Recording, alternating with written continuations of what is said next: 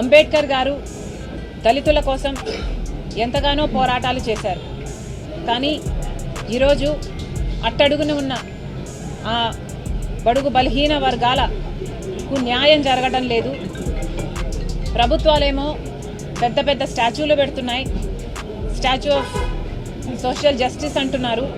కానీ నిజానికి చూస్తే సోషల్ జస్టిస్ సమాజంలో ఉందా అంటే లేదనే చెప్పాల్సి ఉంది. గత 5 సంవత్సరాలుగా దళితుల మీద జరుగుతున్న దాడులు 100% పెరిగాయి. మరి దీనికి ప్రభుత్వం సమాధానం చెప్పాలి. దళితుల మీద జరుగుతున్న ఈ దాడులు ఎంత ఘోరంగా ఉన్నాయంటే ఎవరైనా ప్రశ్నిస్తే వాళ్ళని సవాలుగా చేసి డోర్ డెలివరీ చేసేంతగా అంత ఘోరంగా ఉన్నాయి.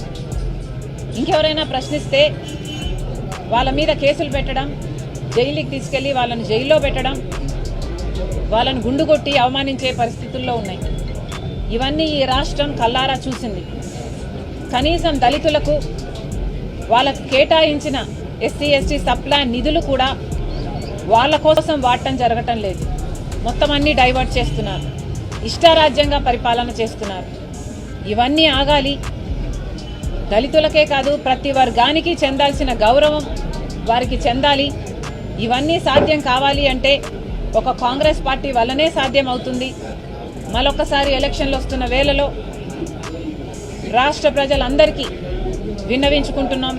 కాంగ్రెస్ పార్టీ తరఫున ఈ 75వ గణతంత్ర దినోత్సవం సందర్భంగా ఆంధ్ర రాష్ట్ర ప్రజలందరూ కూడా మన జాతీయ జెండా సాక్షిగా ఒక ప్రమాణము చేయాలి.